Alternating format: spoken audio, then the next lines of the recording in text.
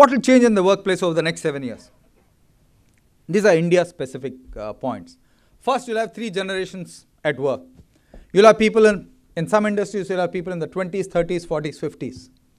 In most companies, you'll have people in the 30s, 40s, and 50s. 3 different generations at workplace. We've never had a challenge of trying to integrate 3 generations with technology and outlook in India. It will happen this decade. We have to figure out how to do it. Second, we'll have significantly more number of women at work. Today, as I speak with you, there are 50 million women at work, various forms of work.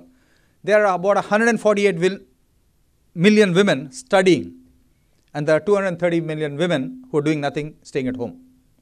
Housewives.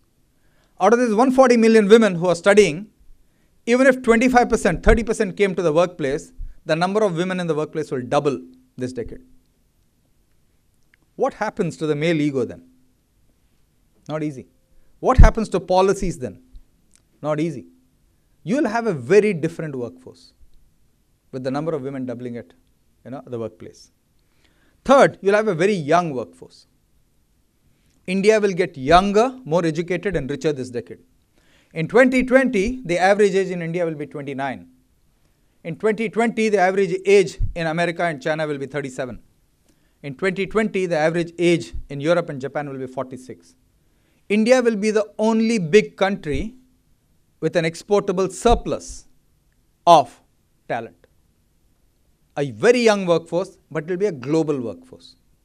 It will be their choice which boundary they draw.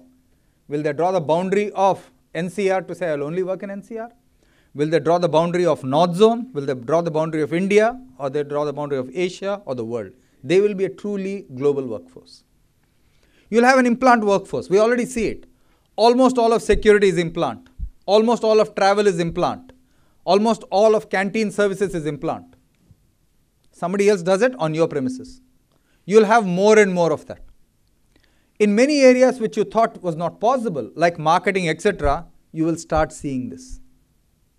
You will start seeing the rise of what I call the implant company in the knowledge space, as opposed to just a wage arbitration space. Today, most of the implant has happened on wage arbitration. Tomorrow, most of the implants will happen on knowledge arbitration and knowledge expertise. That's where it's going to happen. And you'll have an outsourced workforce also. Don't imagine that all your sales will be done only by your workforce. Not necessary. There might be specific channels you might choose to pick and say this will be done by somebody outside. Today it's happening as I speak to you in the e-commerce area. Most companies have outsourced their e-commerce initiatives to somebody else. They don't do it themselves. They have one manager coordinating it. Everything else is outsourced. That's going to happen. And the impact of information technology will be immense in the workplace. So how do you create? Everybody will have a smartphone, everybody will have a laptop, everybody will have a tablet. You really want to create engagement and fun at the workplace. You need fun apps, you need snacking apps, something which you can relate to, something about the company. So while you have one central server or one central IT system, the future in IT will not be about pulling something from the server. It will be pushing a button and enjoying something. That's what the future will be when it comes to IT. The locus will not be the company which decides what laptop you'll have or what phone you'll have. The future will be bring your own device. Employees will bring their own device, and the company and the IT system will have to re-architect itself for that new device. That's what's going to happen in a future world.